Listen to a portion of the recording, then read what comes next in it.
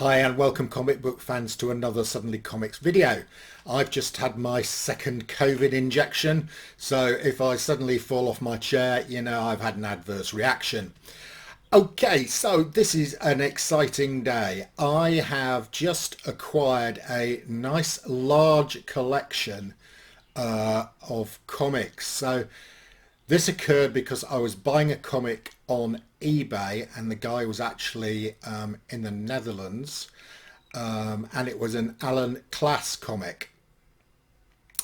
He then contacted me and said, look, I've got loads more of these. Are you interested in them? So I said, well, what have you got and how much are you asking? So he sent me a lot of images. And to be honest, the comics were a bit later than I like. I generally like to collect the Alan Class comics pre-decimalization, which there are quite a number of them that reprint early Marvel comics. These ones were all sort of probably 1970 through to about 1978, something like that. But the condition looked amazing. So there were 75 of them, and he gave me a price which was really great, and he offered to include postage, which these things are quite bulky, so you can imagine including postage sweetened the deal quite a lot. Anyway, they arrived today and I am absolutely delighted with them. The condition on these comics is unbelievable. I can only assume that somebody collected these from new, or a lot of them from new or nearly new, and has just kept them in really good in really good conditions ever since. Okay, I'm going to show you some. There are a few pre-decimalization ones, one of which it arrived, and I'll show you this one. This is Astounding Stories number 60. And this actually reprints Nick Fury, Agent of S.H.I.E.L.D. number 2. It's actually got the recruitment of Jimmy Woo into the FBI, and that cover is the same cover as you will find on Nick Fury, Agent of S.H.I.E.L.D. number 2. And if we open it up, I mean, these Alan Class comics, the covers are in colour, but inside they're black and white. So this is Stanley Story. The second page here, Stanley's story, and Steve Ditko artwork. So for a few pounds there, I've got and this is in not bad condition. This one, it's not as in good condition as some of the others, but it's probably in a 6.5. This was these Alan Class comics are undated, but the fact that it is pre-decimalization means that it's pre-1971. I reckon from the numbering that this is 1970.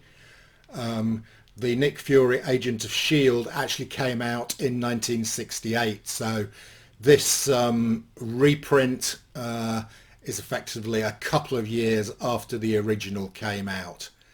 One of the nice things about these Alan Class comics is that the paper grade is, I think, a bit better than the American comics, and generally you don't get as much browning or aging going on. So that's Astounding Stories number 60. Really nice comic, really pleased to have picked that up. And also in the Astounding Stories run, we've got Astounding Stories number 70. And this has got an Archie Comics character called the Jaguar on it. So this is reprinting an Archie Comics hero. But actually the second story in here, The Heritage, is also Steve Ditko. Steve Ditko artwork.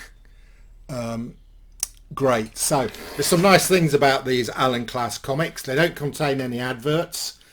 Yes, they are in black and white, but you get about 6 or 7 stories per issue, all sort of reprints from the sort of 1950s, 1960s American comics. This one's in really nice condition. I mean, I'm going to press that up. These Alan Class comics press really well as well. They come out very nicely. This one looks as if it's going to, when I've pressed it, this could well be an 8 or an 8.5. Interestingly, both CGC and CBCS do slab these and will grade them. And you know, some of the I've seen some of the Alan Class reprints which reprint some of the Marvel comics going for £200, £300, £400. So I think these are a really good investment. One of the problems that happens with the later Alan Class comics is that he lost the rights to Marvel, and he lost the rights to some of the other stuff as well. So some of these later issues in some of these runs, he just reprints ones that he's already printed, and you'll see that here. So I think the earlier Alan Class comics are the ones to get, pre-decimalization, or some of these in the early to mid 70s. He carried on until 1989 before low sales meant that he had to close down. But he ran from 1959 to 1989 and produced over 1,000 comics. Okay, so that's a couple of the Astounding Stories. We've got Astounding Stories 112. I haven't checked through most of these to see what the reprints are. We've got Astounding Stories 102, really good condition. Astounding Stories 104. Astounding Stories 108. Love some of these covers. Astounding Stories 129. You can see here now the price has gone up to 15p. I think we're probably mid 70s here. Astounding Stories. Now, is this a reprint? This is we've seen this cover before, haven't we? Yeah. You see, this is what I'm saying. Okay, here we go. It's the same cover. He's reprinting the same thing, and actually not that many issues apart. So the first one was 102, and the reprint's 133. So you know, 32 copies later, 2.5 years later. Astounding Stories 134. This is in really fantastic condition. I mean, you know, for a comic from the mid 70s, you know, if you have a Marvel comic in that condition, you know, you're looking at 9.2, something like that. Astounding Stories 139. And Astounding Stories 140. Again, I think I've seen this cover in an earlier issue before. It's quite a nice cover. So that's the Astounding Stories. We've then got one of the titles that I actually collect most of it, because it has got the most Marvel reprints in it, is Creepy Worlds. So I've got a number of Creepy Worlds here. I've got quite a few Creepy Worlds pre-decimalization ones with Marvel characters on the cover, which I will share some other time, but I'm just going to whiz through these ones. Creepy Worlds 148, Creepy Worlds 154, Creepy Worlds 155. You're going to see this cover again. Creepy Worlds 158, like this cover. Creepy Worlds 169, Creepy Worlds 172. You know, here we got 15p again. I think we're in the mid 70s. Creepy Worlds 173. All of these are in great condition. You know, if you find these Allen Class comics, they're usually in fairly ropey condition. Look at this one, Creepy Worlds 174. I mean, it is stunningly good condition. Creepy Worlds 177. Creepy Worlds 178. I mean, fantastic. The gloss on this really kept its gloss, and this one is amazing. 179. I mean, you know, this looks, I mean, this is, you know, if this was an American comic, it's so clean. The corners are sharp. I could get this graded, you know, but I just don't know if it's worth it. But you know, it's that would grade in the 9s. What Creepy Worlds 183. You know, here the price has gone up to 20p. I've got this cover in an earlier issue, so this is a reprint. And you've already seen this cover, so here's another reprint. And Creepy Worlds 193. It's got Mandrake the Magician on it. I've got no doubts that this is already a reprint of a reprint. And finally, Creepy Worlds 190. And you can see the price has gone up to 20p. I suspect we're towards the end of the 70s there. So a nice big chunk of Creepy World comics there. Next up, we've got Secrets of the Unknown 151. Again, the condition of these is unbelievably good. 153. 158.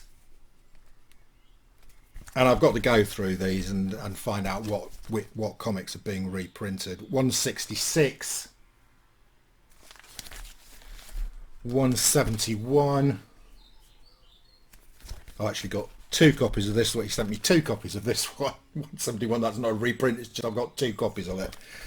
And here we've got, what number is this? 172. Sometimes he didn't actually put an issue number on them. I think I've got one of those somewhere. 173. I mean, the condition of these is fantastic. I mean, this looks almost as if boarded new, and as nobody's looked at it. Secrets of the Unknown 175. Secrets of the Unknown 177. Secrets of the Unknown 182. And Secrets of the Unknown 185. And again, we've reached 20 pence on the pricing. So I'm going to enjoy looking through those, having a look at some of the stories, seeing if they've got any interesting reprints. One of the best sources for this is the comics database. They've got virtually all these issues listed with an estimate of when they were actually printed. So that's the best source I've found for cataloguing of the Allen Class comics. Go Collect does let you catalogue some of the titles, but they haven't got many of the images of the comics. Next up, Sinister Tales. This has obviously had a sticker on it. It's number 111. It says 5p, so this is probably 1971, 1972. Sinister Tales 128. Nice monster cover. Titano. Sinister Tales 138. Sinister Tales 139. We've got a talking dog. Sinister Tales. Right, so this is the one. There's actually no issue number on this. Good old Allen occasionally does this, but you can tell from the price it's probably mid-70s. Sinister Tales 147. This is a huge copy, again in nice condition. Sinister Tales 155. I'm going to speed up because this video is getting a bit long. Sinister Tales 156. I Who Created Meccano. I thought Meccano was a children's building game, but you know, maybe somebody's children's building game turned into a monster. Sinister Tales 157. Sinister Tales, oh look at the condition of this one, it is fantastic. Sinister Tales 163. It looks in better condition than some of the comics that I buy new nowadays, and that probably dates from 1975, so that's nearly 50 years old. Look at the condition of that. Sinister Tales 166. I think I've seen this cover before. I think this is a reprint of a reprint. Sinister Tales 168 and Sinister Tales 173. Again, we've got Mandrake the Magician on there, and we got up to 20p. So I think a lot of these are from 1970 to 1979, something like that. Next up, we're nearly finished, guys. Uncanny Tales 96. It says 8p, so I suspect this is probably 1972, 1973. Again, Mandrake the Magician. Uncanny Tales 104. Uncanny Tales 106. Uncanny Tales 110. Interesting cover. Uncanny Tales 123. The condition is fantastic. This is so square, so it's untouched by human hands, except for me, if I count as human. There we go. Uncanny Tales 129. Uncanny Tales 135. Uncanny Tales 137. And Uncanny Tales 145. Right, we're nearly there, guys. Just the tales, amazing stories of suspense to show you. The first one is a shilling cover, so this is pre-decimalisation, probably again 1970 would be my guess. Tales of Suspense 140, so we've been decimalised. We've got Cyclops on the cover. 151. Jack in the Box. 156, The Door That Wouldn't Open. 161, Danger in the Streets. It's like a crime one. 162, I think somebody's getting hypnotised. 163. 168. Diablo. I'm sure he's a Marvel baddie, isn't he? Diablo? Yeah, he is. Some of they've even nicked the name. Tales of Suspense 169. Tales of Suspense 170. Tales of Suspense 171. Amazing condition. Totally incredible. I've already got this one, and I think it's of a lower number, so this is a reprint of a reprint. It's 174, The Strange Secret of Henry Hill. This is one of the ones that I bought back in the day, so I had this in my attic collection, not in as good condition as this. Amazing Stories of Suspense 178 is the last one. If you've managed to survive this long, congratulations. And if you survived this long, please hit the like button, and congratulations for watching through 75 Alan Class comics from the 1970s. So that's it, guys. I've lost my mouse. I don't know how to switch you off. Where the heck have I put my mouse? Oh, it's on the floor. Thank you, guys. Bye. Enough said.